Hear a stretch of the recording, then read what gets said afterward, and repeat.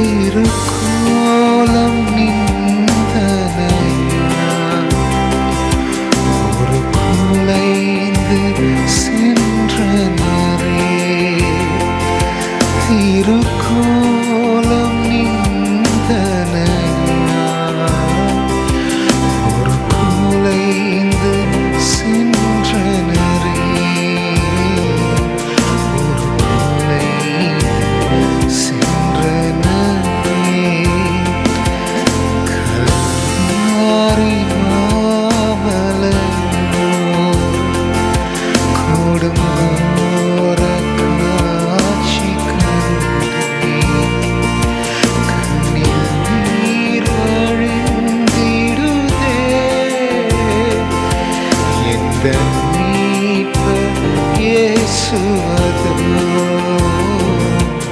என் மீட்பர் இயேசுவதோ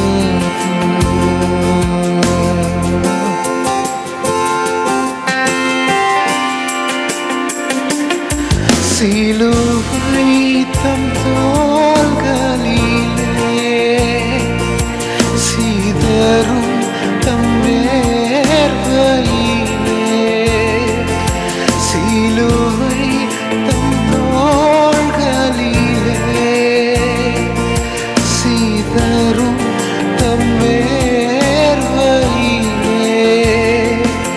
சிறுமை அடைந்தவரா நிந்தனை பல சகித்தார் சிறுமை அடைந்தவரா நிந்தனை பல சகித்தார் நிந்தனை நமக்காய் சகித்தார் கல்வாரி மாமலையோர் கொடுங்கோர காட்சி கண்டேன் கண்ணில் நீர் வழிந்திடுதே எந்த மீட்பர் இயேசுவதோ எந்த மீட்பர் இயேசுவதோ. கர்த்தருடைய பரிசுத்த நாமம் மகிமைப்படுவதாக. கர்த்தராகிய இயேசுவின் நாமத்தினால் உங்கள் ஒவ்வொருவரையும் வாழ்த்தி ஆசீர்வதிக்கிறோம். மறுபடியுமாய் உங்களை சந்திப்பதிலே கர்த்தர் கொடுத்த கிருபைக்காய் கர்த்தருக்கு நன்றி செலுத்துகிறேன். இந்த நாளில் கூட நம் ஒவ்வொருடைய வாழ்க்கையிலும் அநேக சமயங்களில் அநேக மனிதர்கள் மூலமாய் மனுஷர்கள் மூலமாய் நாம் பலவித பாடுகளின் வழியாய் கடந்து செல்லும்படியான சூழ்நிலைகள் நம் வாழ்க்கையில் நேரிடலாம்.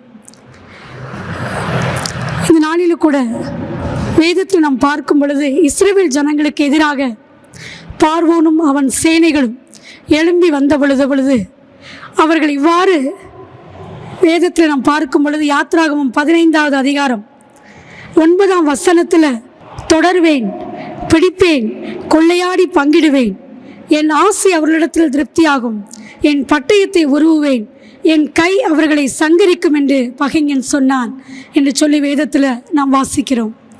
அந்த வார்த்தையின்படியாகவே இன்றைக்கு அநேக பிள்ளைகளுடைய வாழ்க்கையில் சத்துருக்களினால் மனிதர்கள் மூலமாக அல்லது வான மண்டலத்தின் பொல்லாத சேனைகளின் போராட்டத்தோடு கூட இன்றைக்கு நாம் போராடி கொண்டு இருக்கலாம். ஆனால் வேதம் சொல்லுகிறது, தெய்வம் நம் பட்சத்தில் இருக்கும் பொழுது மனுஷன் என்ன செய்வான் என்று சொல்லி பக்தன் தாவீது சொல்லுகிறார். வேதத்தில் நாம் அதே சங்கீதக்காரன் சொல்லும் பொழுது இப்படியாய் சொல்லுகிறார். சங்கீதம் 124 1, 2, 3 ஆகிய வசனங்களில் அவன் சொல்லும் பொழுது, மனுஷர் நமக்கு விரோதமாய் எழும்பின போது கர்த்தர் நமது பக்கத்தில் இராவிட்டால், கர்த்தர் தாமே நமது பக்கத்தில் இராவிட்டால், அவர்கள் கோபம் நம்மேல் எரிகையில் நம்மை உயிரோடே விழுங்கி இருப்பார்கள் என்று சொல்லி, உண்மையாகவே அப்படிப்பட்ட சூழ்நிலைகளில் தான் இன்றைக்கு அநேகர் காணப்படுகிறார்கள். அந்த பாதையின் வழியாய் அநேகர் கடந்து செல்லுகிறதை நாங்கள் ஊழியத்தின் பாதையில் நாங்கள் பார்க்கிறோம். அநேக வருடங்களுக்கு முன்பாக ஒரு சகோதரி அவர்கள் வாழ்க்கையில் பொல்லாத மனிதர்களினால் அவர்களுக்கு ஏற்பட்ட ஒரு பிரச்சனை நிமித்தம் ஆலயத்திற்கு கடந்து வந்தார்கள். அவர்களுக்காக என்னுடைய கணவர் ஜெபித்த பொழுது அநேக கட்டுகளினால் அவர்கள் கட்டப்பட்டு பலவித பிரச்சனைகளை சரீரத்திலும் அவர்களுடைய குடும்பத்திலும் அனுபவித்ததினால் அவர்கள் கடந்து வந்தார்கள். பாஸ்டர் அவங்களுக்காக ஜெபம் பண்ணாங்க. அப்படி ஜெபிக்கும் பொழுது அந்த சகோதரி மூலமாய் சில காரியங்கள் வெளிப்பட்டது. அவர்கள் சொன்னார்கள், அவர்கள் மூலம் இவ்வாறு சொல்லப்பட்டது. அவர்கள் வீட்டிற்கு எதிராக வீட்டில் இருக்கிற ஒரு சகோதரி அவர் குடும்பமாக இருக்கிறார்கள். இந்த சகோதரி மிகுந்த வசதியோடு ஆஸ்தியோடு இருக்கிற ஒரு சகோதரி. இவர்கள் கணவரோடு மிகுந்த சந்தோஷமாய் 2 பிள்ளைகளோடு வாழ்ந்து வந்திருக்கிறார்கள். ஆனால் இவர்களுக்கு எதிராக ஆப்போசிட்டாக இருக்கிற அந்த வீட்டில் இருக்கிற சகோதரி வாழ்க்கையில் அநேக இல்லாமை. ஆகவே இந்த சகோதரியை பார்க்கும் பொழுதெல்லாம் அவர்களுக்கு ஒரு பொறாமையான ஒரு எண்ணம் ஏற்படும். இவர்கள் நன்றாக ஒரு நாளும் ஒரு வஸ்திரங்களை புதிதாய் உடுத்தி கொண்டு செல்வார்கள். அவர்கள் வேலைக்கு செல்கிறபடினால் அவ்வாறு செல்வார்கள். தன் கணவரோடு மிகுந்த சந்தோஷமாய் காணப்பட்டார்கள். பிள்ளைகளோடு சந்தோஷமாய் வாழ்ந்தார்கள். ஆகவே அந்த சகோதரிக்கு இதை பார்த்த பொழுது மிகுந்த ஒரு பொறாமை. என் வாழ்க்கையில் இப்படி இல்லையே, எனக்கு இப்படி ஒரு வாழ்க்கை கிடைக்கவில்லையே, எனக்கு இப்படி ஒரு வசதி இல்லையே என்று சொல்லி அவர்களுக்கு எதிராக அவர்கள் கிரியை செய்தார்கள். பொல்லாத மனுஷரிடத்தில் போனாங்க, கிரியைகளை செய்தார்கள். ஆகவே அதன் நிமித்தம் அந்த சகோதரி மிகுந்த ஒரு வேதனையை அனுபவித்தார்கள். ஆகவே கடந்து வந்து ஆலயத்திற்கு பாஸ்டர்கிட்ட வந்தாங்க, ஜெபம் பண்ணாங்க. ஆண்டவர் பெரிய ஒரு விடுதலையை கொடுத்தார், ஜெயம் கொடுத்தார். அந்த சகோதரி பூரண விடுதலை பெற்று சாட்சியாய் வாழ்ந்து வருகிறார்கள். இன்றைக்கும் அதே போல் உங்கள் வாழ்க்கையில் சில மனிதர்களை நீங்கள் பார்க்கும் பொழுது, சில மனிதர்களை நினைக்கும் பொழுது, ஒருவேளை இவர்களின் வாழ்க்கையில் ஏதாவது ஒரு காரியத்தை நிமித்தம் நமக்கு எதிராக எழும்பி விடுவார்களோ அல்லது செய்திருக்கிறார்களோ என்றெல்லாம் சொல்லி நீங்கள் நினைத்து, நான் அவர்களை எப்படி நம்புவது என்றெல்லாம் சொல்லி நினைத்து நீங்கள் வேதனையோடு இன்றைக்கு இருக்கலாம்.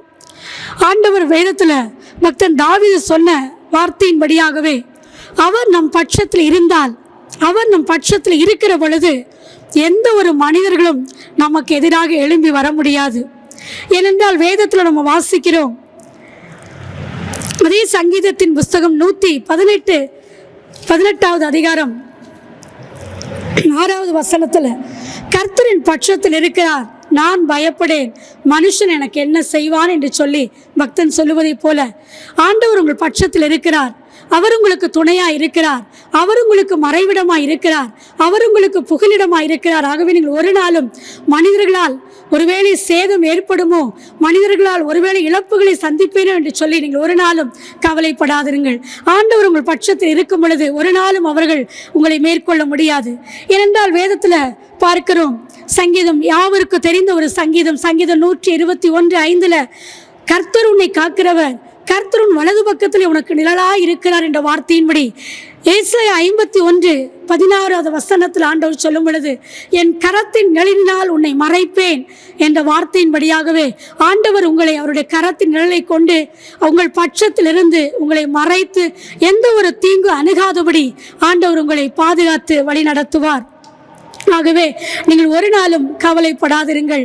அதே வேதத்தில் யாத்ராமத்தின் புஸ்தகத்தில் படிக்கும் பொழுது வேதத்தில் நாம் வாசித்த அதே வார்த்தையின்படி தொடர்வேன், பிடிப்பேன், கொள்ளையாடி பங்கிடுவேன், என் ஆசை அவரிடத்தில் திருப்தியாகும், என் பட்டயத்தை உருவேன், என் கை அவர்களை சங்கரிக்கும் என்று பகைஞன் சொன்னான். ஆனால் வேதம் அடுத்த வசனம் சொல்லுகிறது, உம்முடைய காற்றை வீச பண்ணினீர், கடல் அவர்களை மூடிக்கொண்டது, திரளான தண்ணீர்களில் ஈயம் போல அமிழ்ந்து போனார்கள். அதே போல் வேதம் சொல்லுகிறது ஏசாயாவின் புஸ்தகம் 51:9 அதிகாரம் 19 வசனத்தில், வெள்ளம் போல் சத்துரு வரும் பொழுது ஆவியானவர்களுக்கு விரோதமாய் கொடியேற்றுவார்.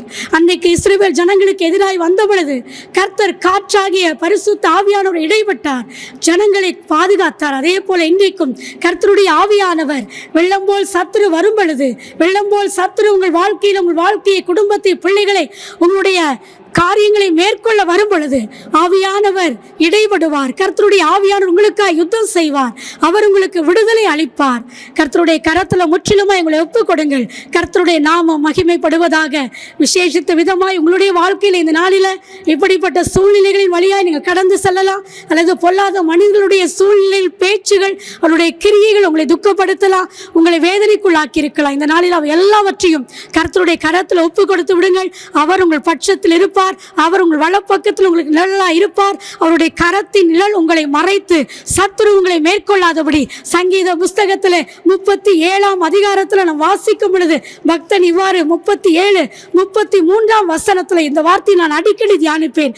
கர்த்தரோ அவனை இவன் கையில் விடுவதில்லை என்ற வார்த்தையின்படி உண்மையாகவே ஆண்டவர் உங்களை சத்துருக்கள் கையில் விடாதபடி, சத்துருக்களுடைய இஷ்டத்திற்கு உங்களை விட்டு விடாதபடி அவருடைய பிரியம் உங்கள் மேல் இருந்து உங்களை விடுவித்து உங்கள் வாழ்க்கையிலே ஜெயத்தையும் ஆசீர்வாதத்தையும் சமாதானத்தையும் நன்மையும் கட்டளையிடும். தெய்வீக பாதுகாப்பை கர்த்தர் உங்களுக்கு விசேஷித்த விதமாய் உங்களுக்கும் உங்கள் குடும்பத்துக்கும் உங்கள் வீட்டிற்கும் கர்த்தர் கட்டளையிடுவார். யோபின் குடும்பத்தை கர்த்தர் எப்படி வேலி அடைத்தாரோ அதே போல் கர்த்தர் உங்களையும் உங்கள் குடும்பத்தையும் உங்களுக்கு உண்டான எல்லாவற்றையும் சுற்றி கர்த்தர் வேலி அடைத்து உங்களை பாதுகாத்து நடத்தி உங்களை உயர்த்துவார். கர்த்தருடைய நாமம் மகிமைப்படுவதாக. ஆமென். நாம் ஜெபிக்கலாம். எங்கள் அன்பின் பரலோக தகப்பனே, இந்த நல்ல வேளையிலும் சமூகத்தில் வருகிறோம். விசேஷமா இந்த நாளில் இந்த வார்த்தைகளை கேட்கிற ஒவ்வொரு மேலும் நம்முடைய ஜீவனின் வல்லமை இறங்கும்படியாய் ஜெபிக்கிறோம். கர்த்தரே ஆவியானவர், கர்த்தருடைய ஆவி எங்கேயோ இங்கே விடுதலை உண்டு என்ற வார்த்தையின்படி இந்த நாளிலும் பரிசுத்த ஆவியானவர் ஆமென். ஆண்டவரே, இஸ்ரவேல் ஜனங்களுக்கு எதிராய் ஆண்டவரே பார்வோனும் சேனை வந்த பொழுது, இவர்களை சங்கரிப்பேன் என்று வந்த பொழுது கர்த்தருடைய ஆவியானவர் காற்றை போல இறங்கி ஆண்டவரே சத்துருக்களை மேற்கொண்டது போல கர்த்தராகிய இயேசுவின் நாமத்தில் இந்த நாளில் இந்த வார்த்தைகளை கேட்டு ஆண்டவரே உம்முடைய சமூகத்தில் நோக்கி பார்க்கிற ஒவ்வொருவர் மேலும் கர்த்தருடைய ஆவியானவர் விடுதலையின் ஆவியானவர் பலமாய் இறங்கி நீர் கிரியை செய்யும்படியாய் ஜெபிக்கிறோம். எல்லா சத்துருக்களின் கிரியைகளும் கர்த்தராகிய இயேசுவின் நாமத்தில் நிர்மூலமாக்குவீராக. குடும்பத்தை கர்த்தர் வேலியடைத்து பாதுகாத்துக் கொள்ளும். இவர்களுக்கு உண்டான எல்லாவற்றையும் கர்த்தர் சுற்றி வேலியடைத்து பாதுகாத்துக் கொள்ளும். உம்முடைய நாமத்தை இவர்கள் மூலம் மகிமைப்படுத்தும். பட்சத்தில் இருப்பீராக, வலப்பக்கத்தில் நிழலாய் இருப்பீராக. உம்முடைய கரத்தின் நிழலை கொண்டு மறைத்துக் கொள்ளுவீராக. மறைவிடமாய் இருந்து நடத்தும் ஆளுகை செய்யும் இயேசுவின் நாமத்தில் பிதாவே. ஆமென்.